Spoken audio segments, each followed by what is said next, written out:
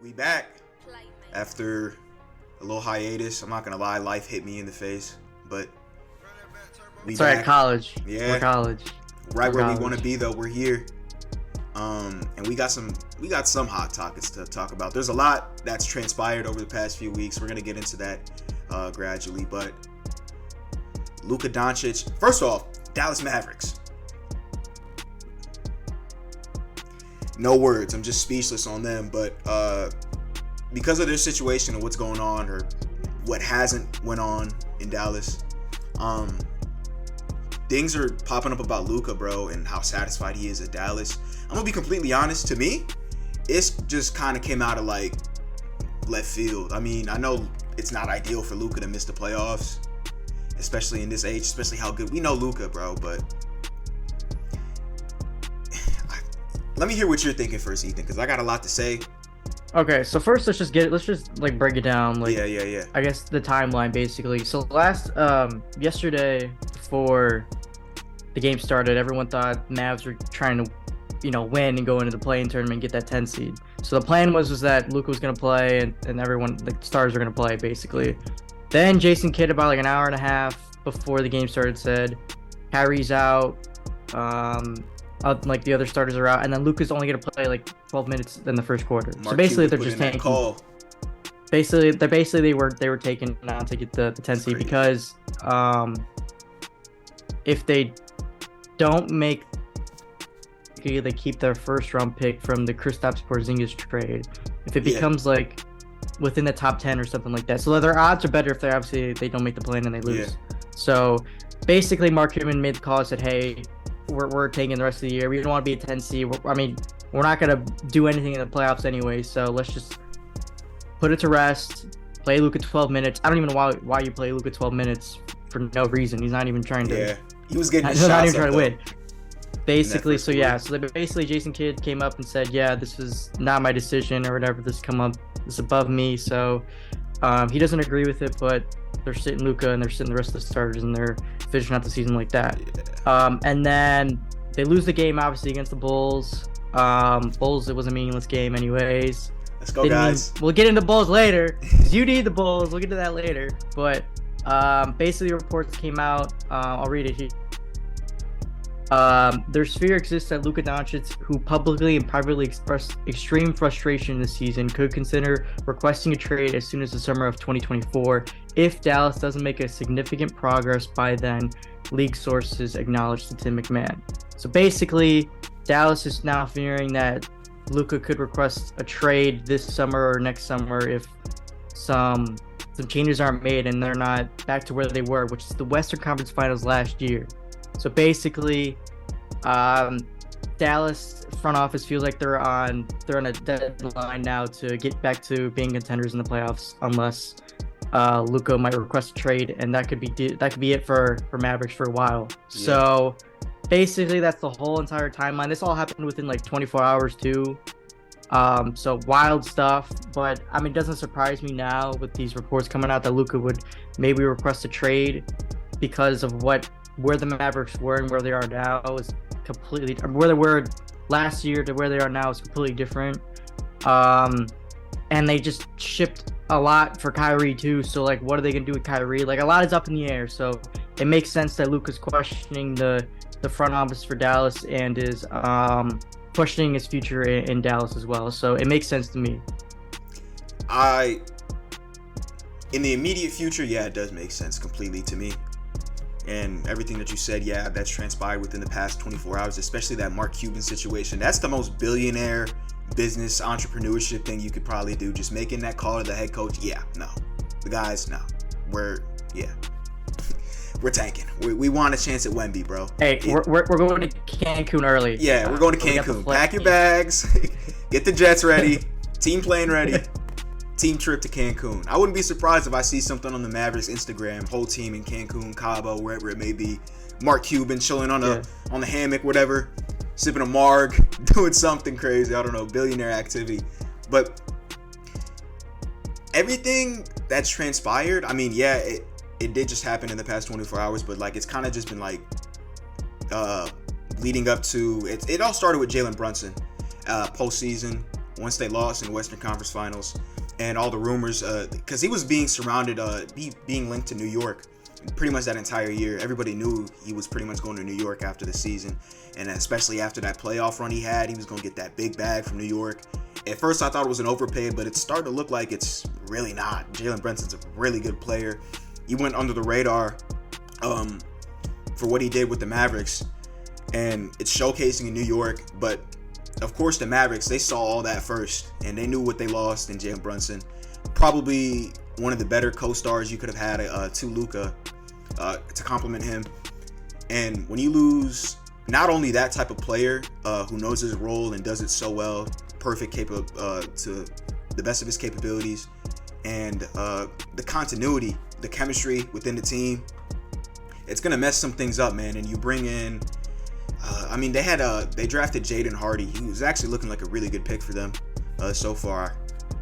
So he stepped up a little bit, but he's still not no Jalen Brunson. You know what I mean? And then traded away some more of Luka's guys too. Dodo, he's no longer there. Spence was a huge part of that team too. He went back to BK, and he's killing it too in BK. Man, I didn't know he turned into a point guard all of a sudden, putting up all the crazy assist numbers. But you lose players like that, and especially that have good mesh well with Luka, and Luka actually likes in the locker room and stuff like that. Spencer Dinwiddie's always been a good locker room guy every team he went to, and they loved him in Dallas. He was playing great for him. Same thing with Dorian Finney-Smith. He just got the extension last year too. They gave him a bag. He was one of their better 3-and-D players, probably their best 3-and-D guy. All that stuff is gone now for Kyrie Irving, who's by the looks of it, bro. You saw what he said in the media a few weeks ago.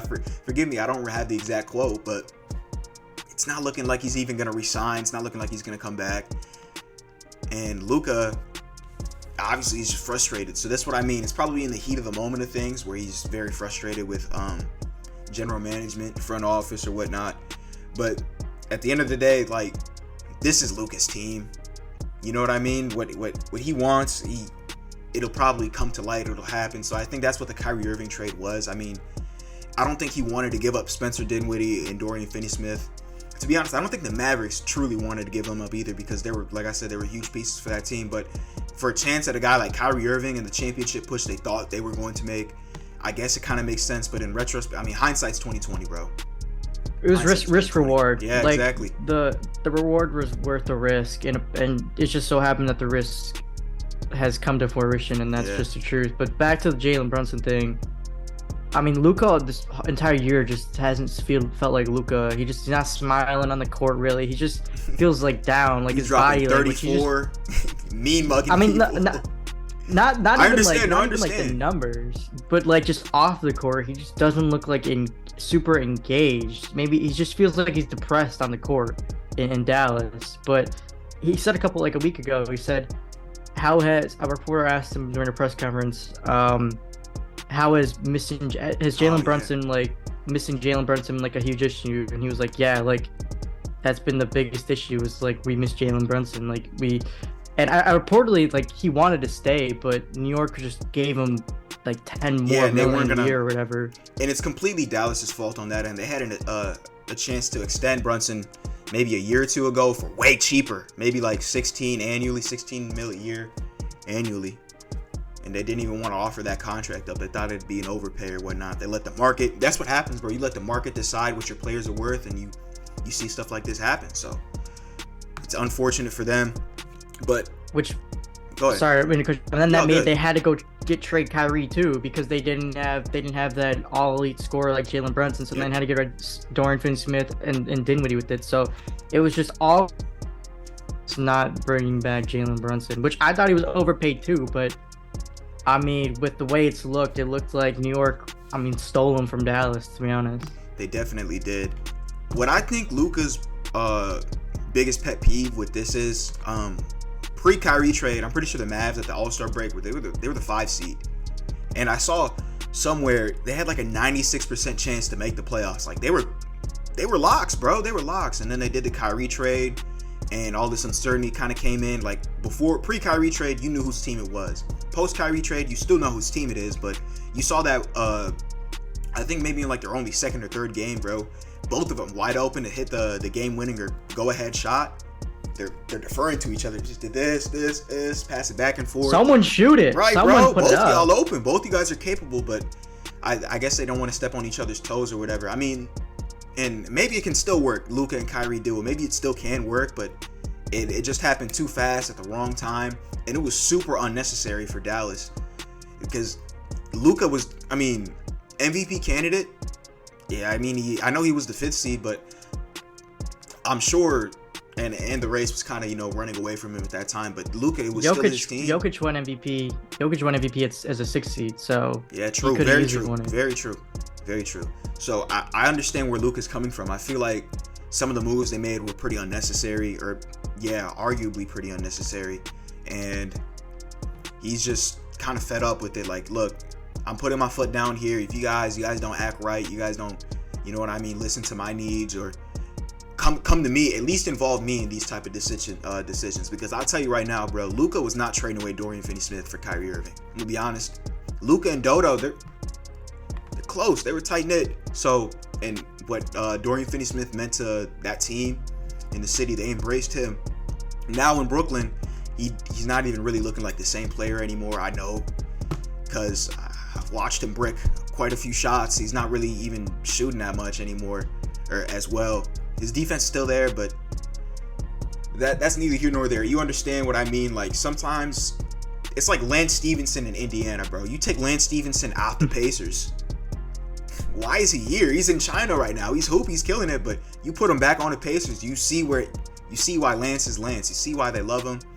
It's just those type of players, bro. You can't replace that type of vibe or what they bring to the team. It's more than box score numbers, more than that, the impact. So that's what really changed the Mavericks in my eyes, and they gave up so much defense. They got shot creating back in Kyrie, but they lost a lot of secondary playmaking. I mean, I guess you can still have that with Kyrie, but not to the degree of what Spencer did, what he was doing. He knew he was taking a backseat to Luka whenever Luka was in the games, but Kyrie's still trying to get off his. And what they're doing on offense now with Kyrie, I can already tell he's gone. They're sticking Kyrie in a corner, letting Luka do his thing. And I understand, like, the spacing things. I understand what they're trying to get at, but at this stage of Kyrie's career, dude, and he was playing well in the Mavericks. I'm not saying he's not playing well, but it's just not gonna work. I don't think it's gonna work. And I think he's gone. It's partly due to how Luka plays, though. Like, Luka's like the James Harden in Dallas now. Yeah. He's dribble until there's like 5-6 seconds up in the clock. Either he shoots or fadeaway shoot, or he kicks it to you and you need to shoot it right away.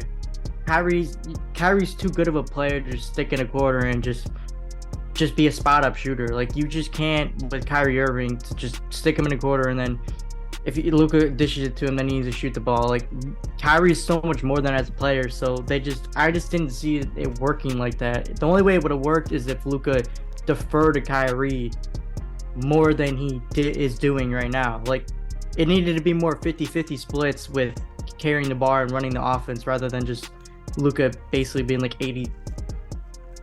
Another thing too is that I do think it's in the heat of the moment, but like, let's say it is true. Let's say Luka wants out. Where do you think he could possibly go? That's what I'm saying. Like, I don't even see a team with the assets that would. Bro, you saw what Kevin Durant, a 34-year-old KD, post Achilles injury, went for. Mikal Bridges, Cam Johnson, 4 first-rounders, and whatever second-round pick swaps, whatever, all that extra stuff. Bro, 23, 24-year-old Luka Doncic, bro. There's no team, I don't think, has, unless you're literally like trading away an all-star in his prime to pair him up with somebody else, plus the next half of the decade of your franchise. That's the only other way I see Luka really getting moved from the Dallas Mavericks, because I think until they still have their bird rights or whatnot, he's restricted for them. My bad. He's restricted in free agency until after this next contract. Is he still on his rookie deal, right? I think next year his max kicks in. Either this year, it was either next year. So after that max runs out, I think maybe they have one more year. I think maybe they have another contract of restriction on him. But anyway, like for the foreseeable future, he's pretty much locked into Dallas unless they literally like forcibly want him to go. Unless he pulls like a Kyrie or KD, you know what I mean? He's locked. That's in what I'm saying. That's what I'm saying, dude. KD had like 4 years left on his deal. He still got out, and he got exactly where he wanted to go. But with KD, the exact same players. So KD only left because Kyrie. They weren't going to extend Kyrie. So, and that's the whole reason he was there, to play with Kyrie and James. But regardless of the reason, if he wants to get out, he can get out. He's not locked. I mean, let's be honest. In the NBA today, you're not locked in your contract. It doesn't matter how many years are on that deal. You can get out of it. You're not. We saw that with KD. You're not. But in Luka's case, like, he hasn't shown any discontent with Dallas. He's present in the community. Just like all the things that are like, that you would normally say, yeah, he's gone. He's out of here. It's not really like lining up. It's not that he doesn't want to be in Dallas, but it's that what the front office and their management is doing, it's making him not want to play for the club anymore. It's just like, what are you guys doing? It's similar to, I'm gonna throw this back. When the Knicks traded, Steve Novak for Andrea Bargnani, bro. I don't know if you remember, bro. Steve Novak on the Knicks was a shooter, was a sniper. And then they traded him for Bargnani. Steve Novak turned into a nobody, and the Knicks, they ended up trading everyone else away kind of like a year or so after. Traded JR, Iman to the Cavs, all that stuff. Basically, you just can't break up like a makeup. Like that's what the Warriors have in their championship groups. They have core players, core pieces. Of course, it's Steph Curry, Draymond, and stuff like that. But the complementing staff, is that the right word? The complementing players. There you go. That's what really makes up the championship roster. That sort of continuity and chemistry, bro. Be able to trust your teammates, to trust your guys, bro. That you're going to war with. In the playoffs, it is real war. You got to be able to trust your guys and have that chemistry. I keep repeating it, but that's really what it is. And when they broke that up with Luka, bro, when you're making millions of dollars together with your brothers, bro, you're on a different type of tier. Playing the game you love, you're on a different level, bro, different wavelength. Everything's clicking. And to break that up just so suddenly, when they weren't doing crazy good, like I'm saying, but they were doing well enough. They thought they could get back to it again. What were the Mavericks last year? What seed were they? And they still went to the Western Conference Finals. I counted them out early. I think they were like a 4 seed, and they beat the Suns, who were a 1 seed. So they beat the Suns. I was counting them out first round in Utah because Luka was out that first part of the series. First like 3 games, I think. Yeah, first 3-4 games he was out, and Jalen Brunson was carrying, putting them on their backs.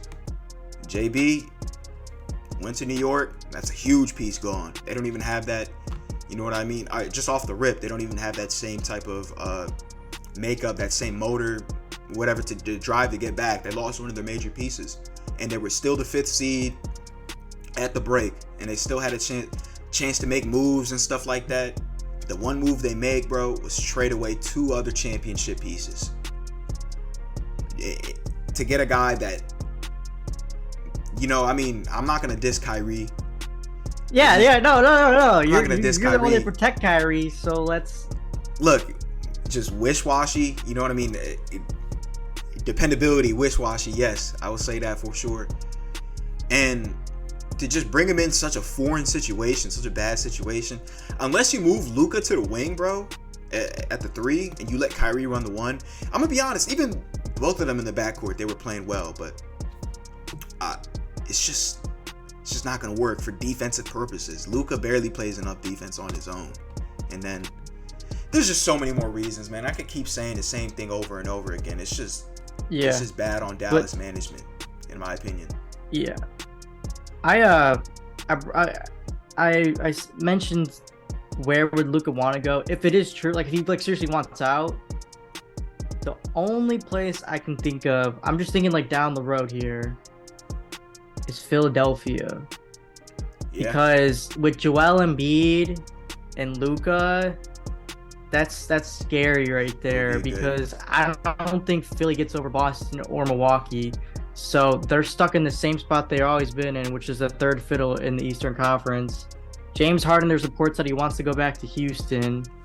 So maybe he gets cleared out, and then maybe they stick 1 year with just Joel or something like that.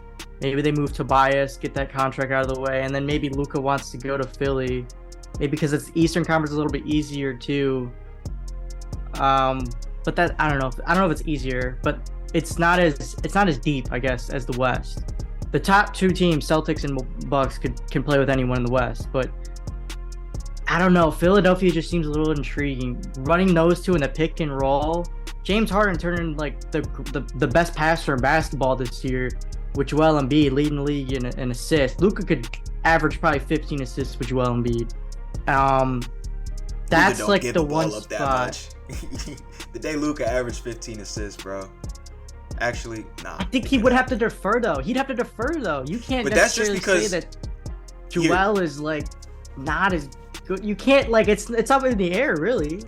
I understand. It's Joel's team too. It's Philly. Yeah, exactly. That's what I mean. They run the offense through Joel. So what I was gonna say, if Luka does move, it'll be to a team where I don't know if he wants to be the guy, but like probably where he's like the primary option. That's when he's best. That's when he's at his best, when he's holding the ball and trying to create for somebody else or himself.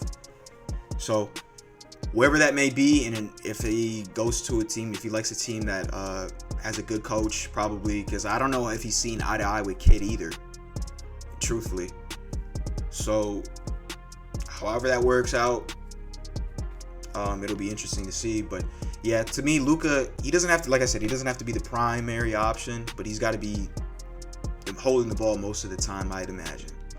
So, and the way Philly runs that offense, they just have Joel come set the screen or whatever, and they get him open in the middle of the floor, let him go to work. If they double, kick out, or just let him do his thing, isolation, whatever it may be. I really just don't have an answer for you where Luka would even go. I can't imagine him anywhere else other than Dallas, truthfully. If Mark Cuban messes this up, bro, ooh, generational bag fumble. Generational. I could see Philly.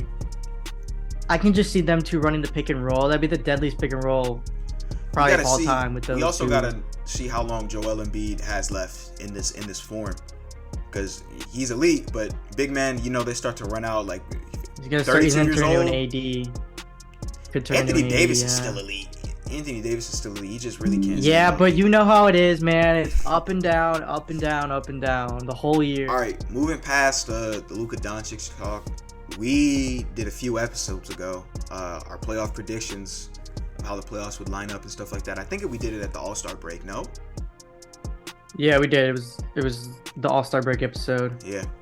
So, yeah, we have our list from back then. We have it lined up right now, and we're gonna kind of like compare how close we were, how accurate we were to the current standings right now. E, you want to go first? Yeah, let's start in the Eastern Conference. Because if you don't know, we also made a bet too of who would be the number one seed. Daniel had the Celtics. I had the Bucks. This is when the Celtics were up, I think, two and a half games or whatever on the Bucks.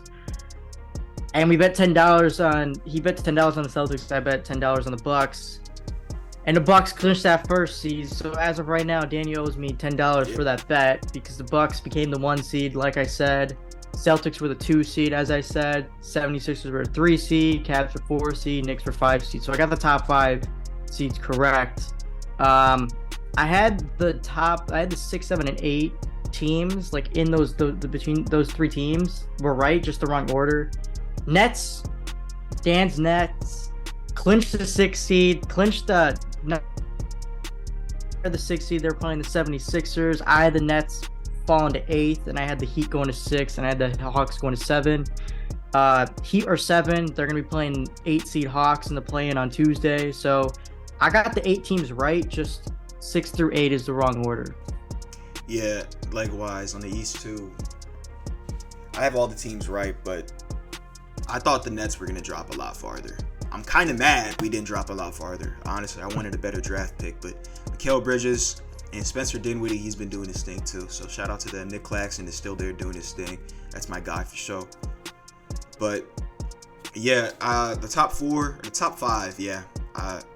Except obviously the Bucks switch Milwaukee and Boston. I Boston 1, and Milwaukee 2, so you can switch those. But 3, 4, 5, I followed with you. 6, I had the Heat.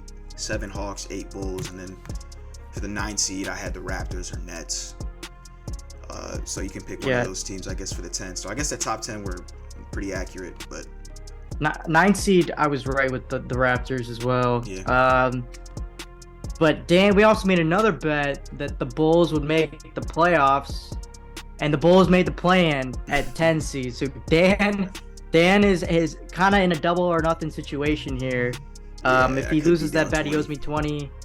If he wins that bet, then obviously bets are washed and no one knows anything. So Bulls got to go play the Raptors in Toronto. This is the exact same situation I said was going to happen. Yeah. That Bulls are going to have to go to Toronto. It's going to be loud. It's going to be loud.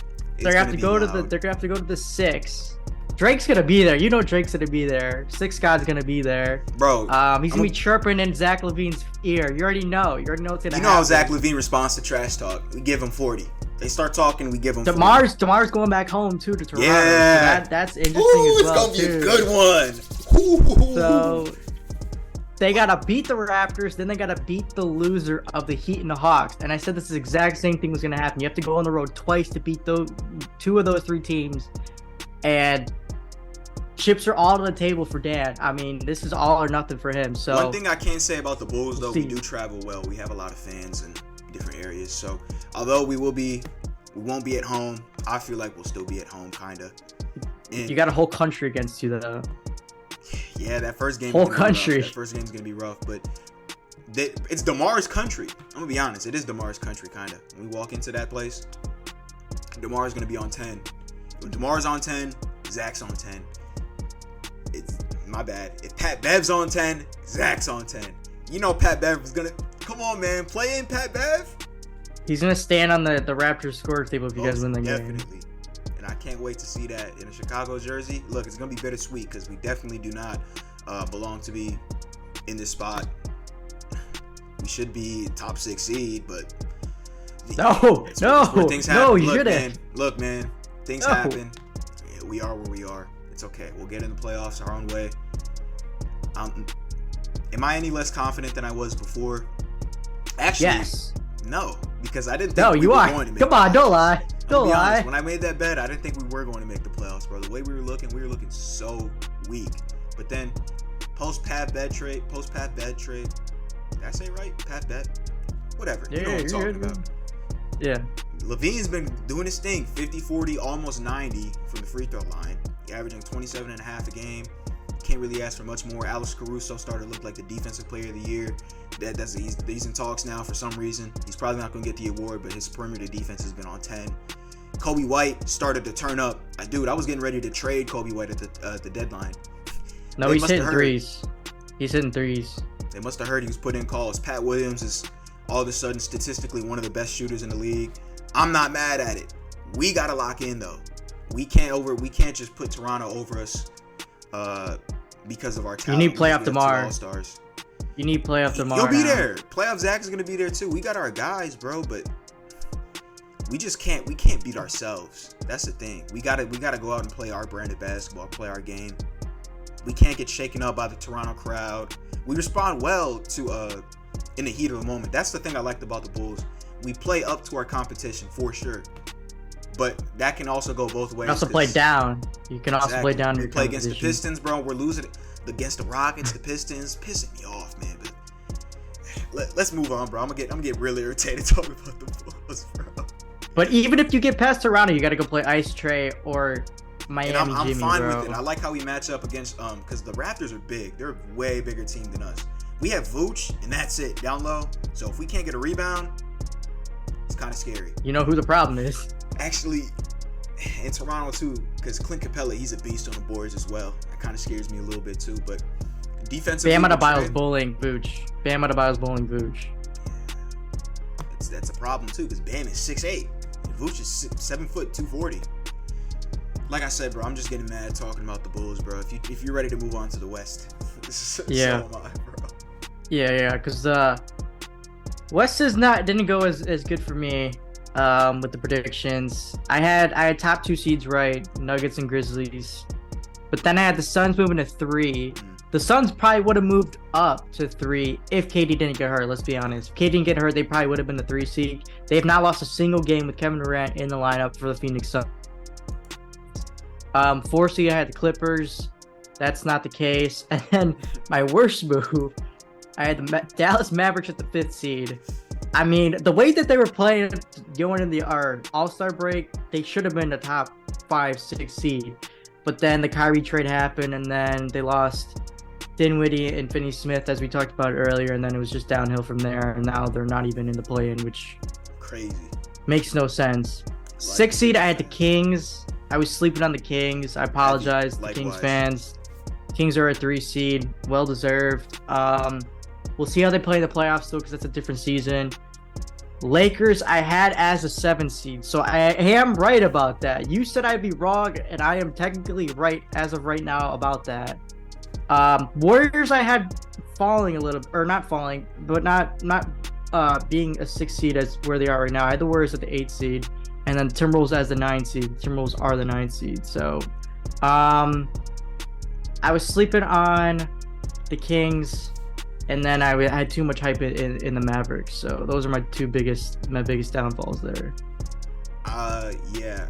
1 and 2 I had right on the nail. Nuggets, Grizzlies. 3 Suns, like I said, or like you said, if KD didn't get injured, we already know how that was going to turn out. At 4, I had the LA Clips.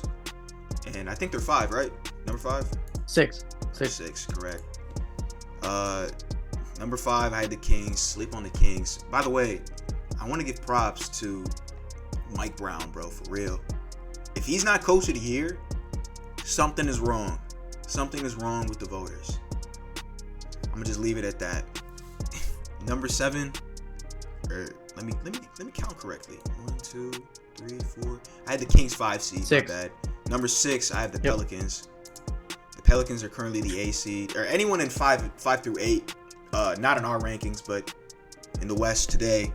They could all shift up, shift down. It's just everyone's 42 and 39 to 42 and 38. All have similar records. So we still have yet to see where the Pelicans could actually end up. 7, I had the Mavericks. They didn't even make it. I foresaw them kind of falling out, but I didn't think it would be to this degree. Forgive me, I don't know if we made this list pre-Kyrie trade or post-Kyrie. I think post-Kyrie trade, honestly, because, yeah, he was traded a little bit before the deadline, if I forget. Yeah, because he was in the All-Star game, he was already a Maverick, so, yeah. So, I knew what that was as soon as I saw the pieces they gave up and how much they meant to the team. I knew they would make a significant tank, but I didn't think they'd completely fall out the race. But that just goes to show how much parity there was, not only in the West, but just in the league this year. A lot of good teams, a lot of good clubs. And if you want to be the best of the best, you really had to show it this year. I mean, yeah, the Lakers and Mavericks basically did the complete opposite. After the trade, Lakers went up. I think they were tied for the best record at one point in the entire league after the trade. And then Mavericks made a trade and they just completely face-planted. So Lakers started out as the 13th seed and now they're the 7th seed. So I got to clap it up for them. They did their thing. Clap it up for Rob Pelinka. I don't know how he managed to turn what he did into D'Angelo Russell, Malik Beasley, Jared Vanderbilt. They picked up one other guy. Am I mistaken? Mo Bamba. Like, what? All 4 of those dudes, and Mo Bamba doesn't even play. Mo Bamba's he's a rotational piece for sure. He doesn't even play on that team now. That's Rui doesn't even play. Rui doesn't even play anymore. And Rui was one of your better players in the first half of the season. He was one of the only people doing anything. I don't know how. Don't know how he got the job done, but he got the job done. Definitely got the job done. Yeah. His job is saved. Yeah. His job is saved. I don't know if that's a good thing though. So I mean, at the end of the day, hey man, you keep making moves like this, for sure it's a good thing, for sure. But number 8, Golden State Warriors. I'm gonna be completely honest. The Warriors, they're the 5 seed right now. I see a scenario where the Warriors, they just tank and they're satisfied with number 8. Or wait, number 8 is in the play-in, right? Yeah, 7 through 10 is play-in. Come on, man. Look, if the Warriors end up as the 8th seed, I think they're completely comfortable with that. I don't think Golden State wants to see who they play right now. The 4 seed, Phoenix, right? They want to see Phoenix. I could see the Warriors.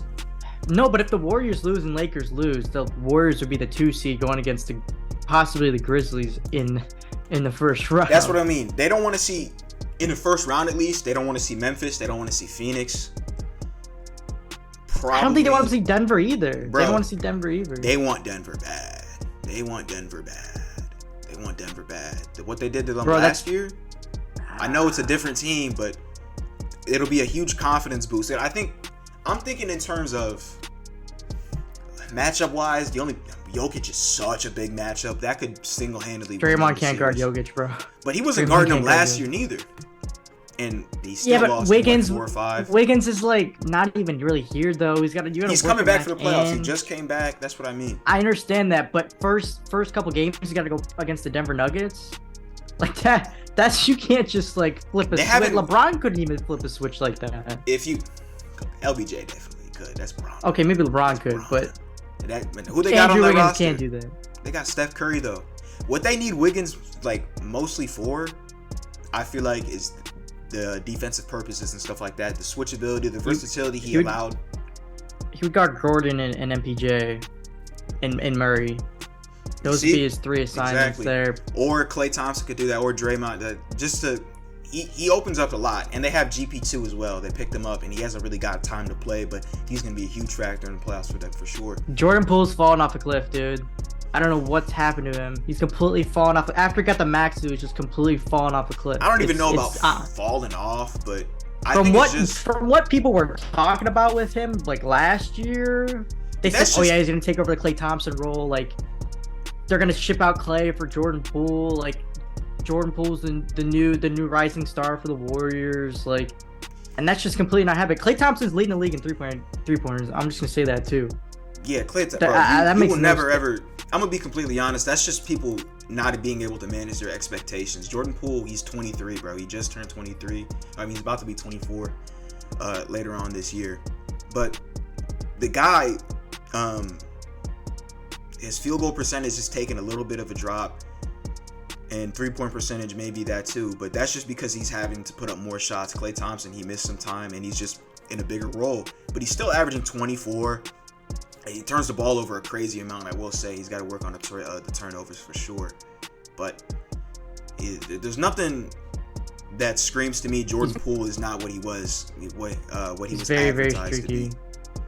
Yeah, but that's just all young players, I feel like. And then, bro, one thing I will for sure say about Jordan Poole is when the lights are on the brightest, Jordan Poole will perform.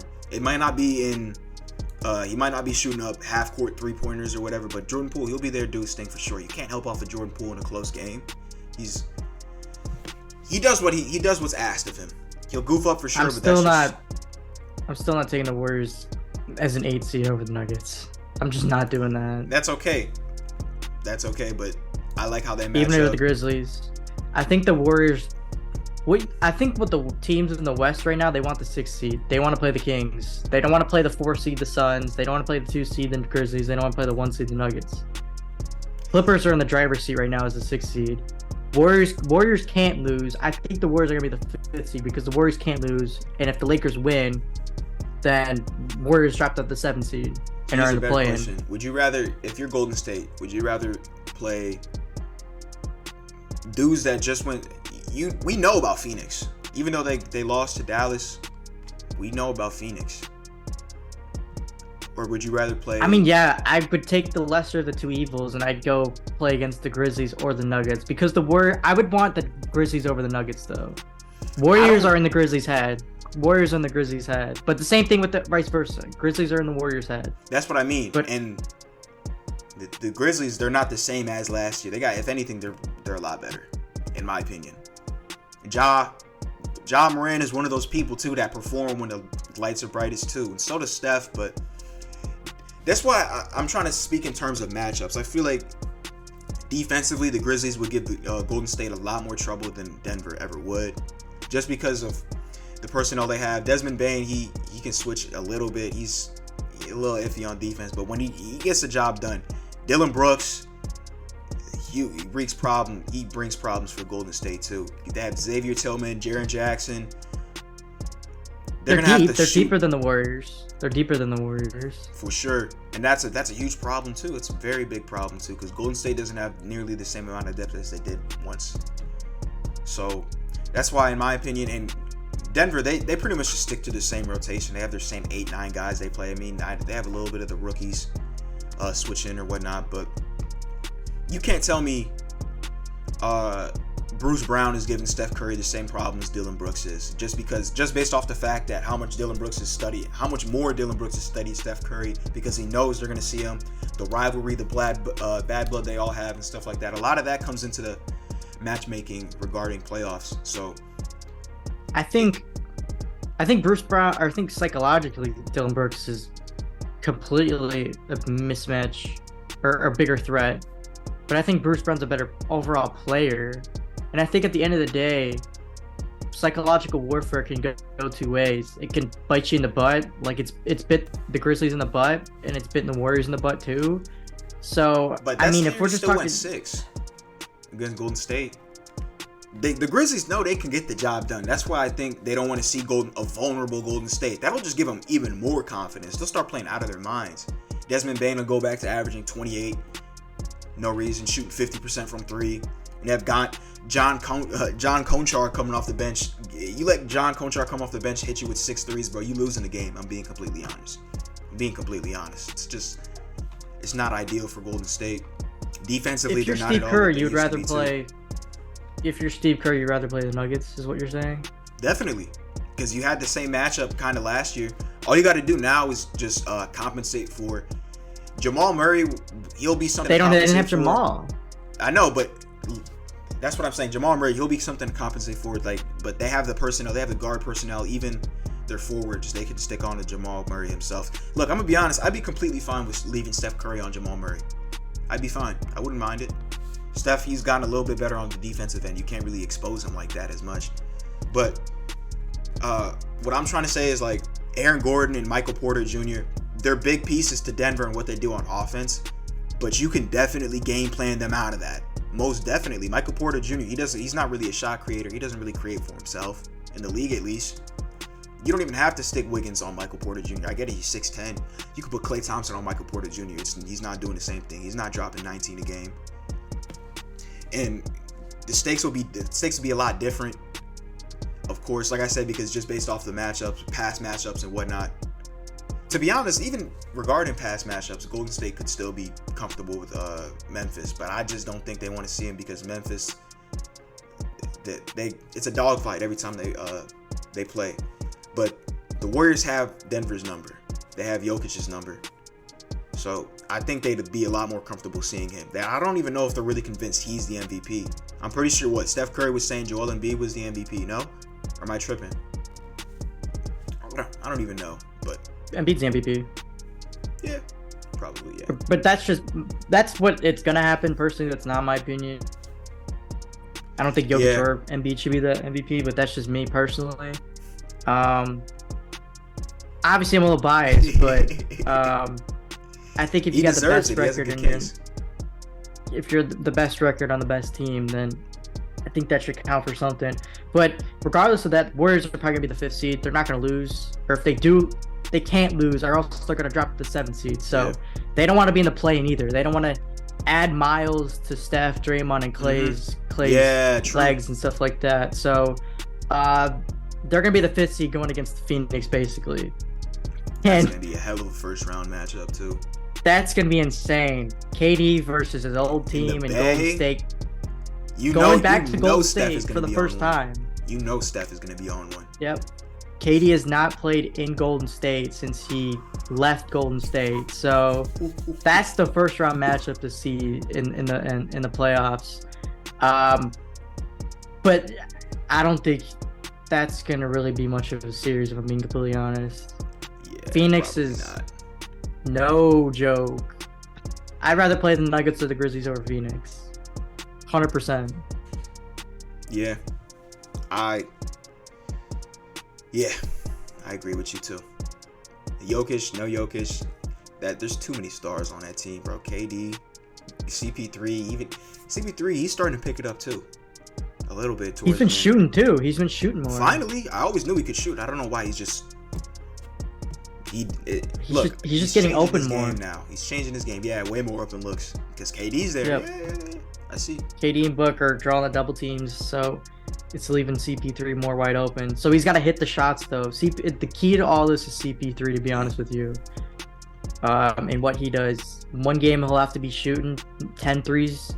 Next game he'll have to be dishing out 15 assists. So his play style is going to change throughout the entire course of the playoffs. But he's the perfect guy to do that, to have to be able to do different things, different games. So that's why I trust Phoenix. But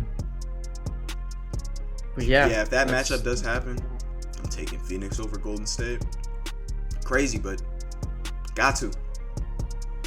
Be crazy. And it'll be KD's revenge game, honestly. It'll be his first time to actually get some revenge. With all the talk that's been going on, with they won before him and they won after him, like KD's got to show up and put him away.